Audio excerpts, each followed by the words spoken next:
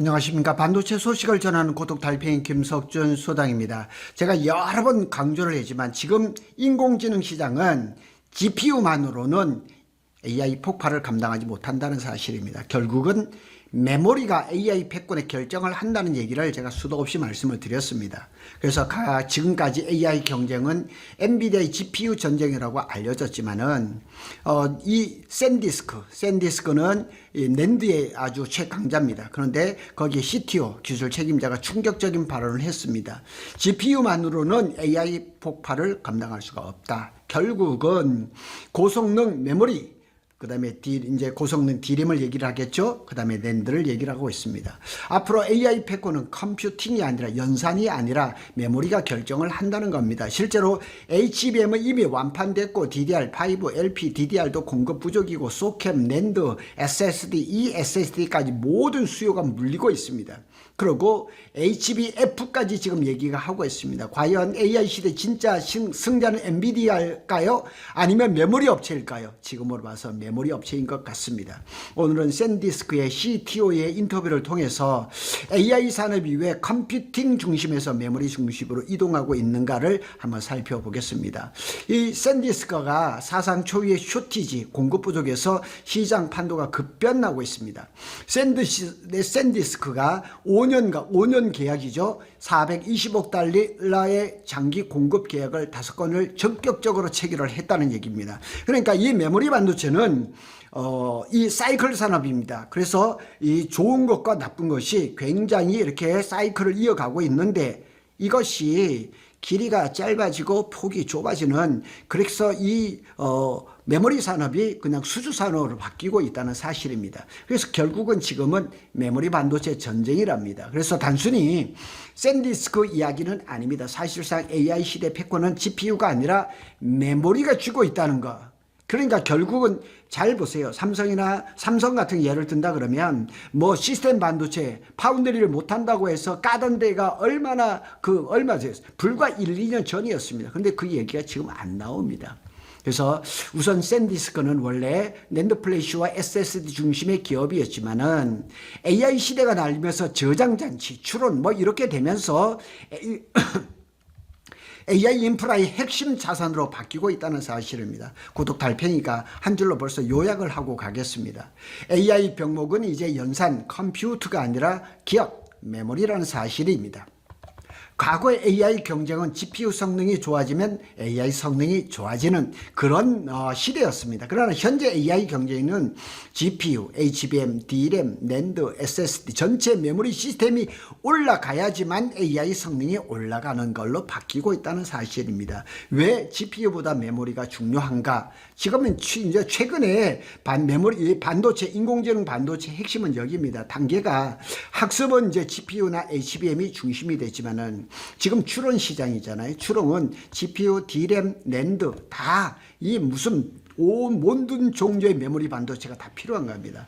과거에는 학습이 중요했죠. 그래서 엔비디아의 GPU, HBM만 있으면 됐어요. 그런데 앞으로는 추론이 훨씬 커집니다. 그래서 저걸로는 도저히 할 수가 없어요. KV 캐시가 폭증하죠. 그 고독 달팽이 영상에서 자주 설명했던 그런 부분이죠. KV 캐시는 AI 단기 기억 장치예요. 예를 들어서 삼성전자 이야기를 하다가 10분 뒤에 P5는 어떻게 되나요? 하면 이 AI가 다 기억하고 있어요. 그걸 어떻게 했냐? KV 캐시가 맡고 있는 거예요. 그래서 문제는 컨텍스트 길이가 8K, 12K 그다음 128K 1메가 토큰으로 이게 지금 증가하면 KV 캐시가 폭발합니다. 그래서 KV 캐시가 증가하면 D램이 증가하고 SSD가 증가하고 낸드가 증가하는 겁니다. 그래서 MOE의 역설이라고 얘기합니다. MOE는 이거의 약자입니다. 전문가 혼합 모델이라든가 GPT 이제 5 계열이나 최신 AI들이 사용하는 방식입니다. 100개의 전문가 모델 중 필요한 모델만 활성화하는 거예요. 장점은 연산량이 감소하고 GPU 효율이 증가하죠. 단점은 100개 전문가를 전부 메모리에 올려놔야 한다. 이런 얘기를 하고 있습니다. 그래서 컴퓨터가 이렇게 떨어지면 메모리는 더 올라간다는 얘기입니다. 그래서 샌디스크의 알포 일크 하바르 최고 기술 책임자 CTO 겸 부사장이 MOE가 오히려 메모리 수요를 폭증시킨다라고 말을 하고 있습니다. 그리고 HBM-F 얘기를 하고 있습니다. 그래서 D램 기반으로 한 것은 HBM이고 그 다음에 플래시 메모리, 낸드 플래시를 이렇게 쌓아서 한 거는 HBF입니다. 아직까지 시장이 본격적으로 열리지 않았습니다. 아마 시제품은 올해 하반기에 나오지 않을까 이렇게 예상을 합니다. 자, 인간의 뇌를 비유를 들었습니다. 샌디스크의 CTO가 인터뷰에서 뭐라고 얘기했냐면 인간은 기억의 총합이다. 인간은 기억의 총합이다. 이걸 잘 보시면은 그래픽 GPU나 CPU 같은 원시 연산 능력에만 의존하는 기존 방식으로는 점점 비대해지는 AI 작업 부하를 감당하기에 턱없이 부족하다.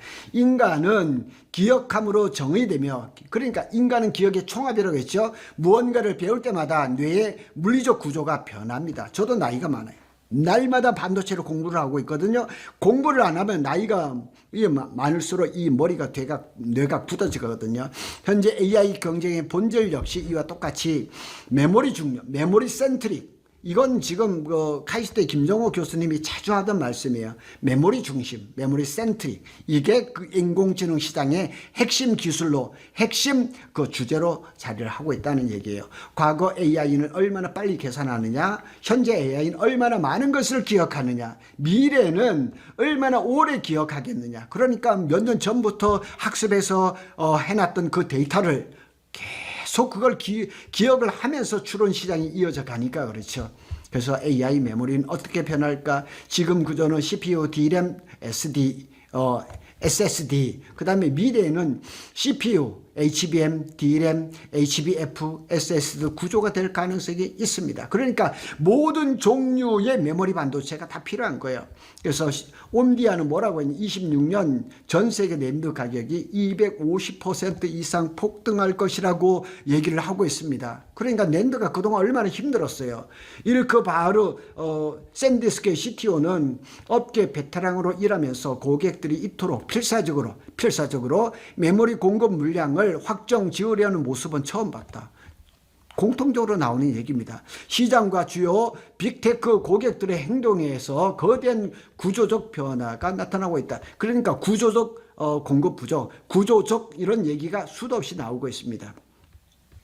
실제로 샌디스크는 앞에서 말한 대로 빅테크 고객사들과 최대 5년간 최소 420억 달러, 하나로는 57조 원 이상의 규모에 달하는 대형 장기 구매 계약을 5건이나 했다는 얘기예요. 그래 57조 곱하기 약 60조 곱하기 5 하면은 엄청난 얘기예요. 한 600조 정도를 지금 계약을 해놓고 있다는 얘기예요. 그러니까 샌디스크는 작은 회사예요. 그럼에도 불구하고 엄청난 계약을 하고 있다는 얘기죠. 자, 이것도 HBM하고 HBF를 비교한 그래픽입니다. AI를 활용을 했습니다.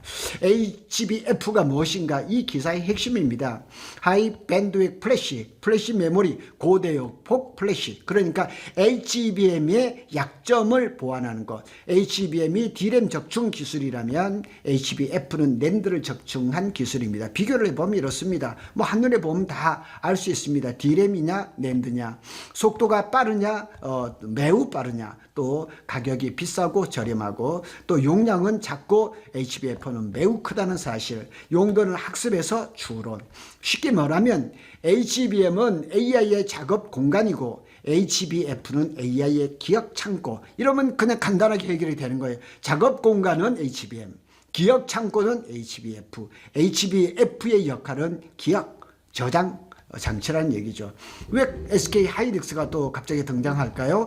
이 기사에서 가장 중요한 것은 SK 하이닉스와 샌디스크가 HBM을 공동 개발합니다. 작년 9월인가요? 그때쯤에 SK 하이닉스하고 샌디스크가 MOU를 맺고 HBF를 개발하기로 한 거예요. 그리고 그때 당시에 샌디스크의 주가는 200달러가 되지를 않았습니다. 제가 200달러 초반부터 이게 관심 있게 봤거든요. 그래서 HBM 최강자는 SK 하이닉스, 낸드의 최강 진영은 샌디스크하고 키옥시아입니다. 그래서 이들이 손을 잡으면 HBM과 HBM 풀을 동시에 확보할 수 있다는 얘기죠.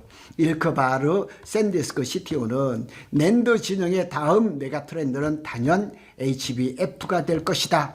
현재 개별 원시 칩 다이 D램 다이를 설계 진행 중이며 올해 말 샘플 칩 출시를 시작. 그러니까 HBF의 샘플이 올해 말 정도에 나온다는 얘기죠. 내년에는 컨트롤러가 탑재된 완전한 HBM 완제품을 시장에 출격할 것이다. 그러니까 샌디스크가 주가가 아직 폭발하지 않았다는 얘기. 지금도 엄청나게 폭발했지만 아직은 다 끝이 아니라는 사실입니다. 삼성전자는 HBM을 독자적으로 개발하고 있는 걸로 알고 있거든요.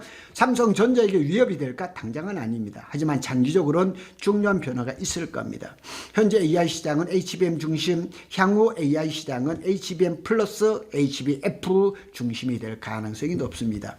그래서 삼성전자는 HBM4, 4E, HBM5, 소캠2, LPDDR, ESS 전략을 추진 중입니다. 어떤 보면 HBF가 없는 것 같아요. 반면 SK하이닉스는 HBM에서 강자고 여기 HBF까지 확보하려 하고 있는 움직임입니다. 그래서 사실은 삼성전자가 HBF를 어떻게 개발하고 있는지는 언론에 잘 안 나오고 있는 건 사실입니다. 가장 중요한 메시지는 사실 샌디스크의 CTO가 말하고 싶은 것은 이것입니다. AI 시대 진짜 병목은 GPU가 아니라 메모리 부족이다. 그러니까 메모리 센트릭, 메모리 중심이 된다는 얘기죠.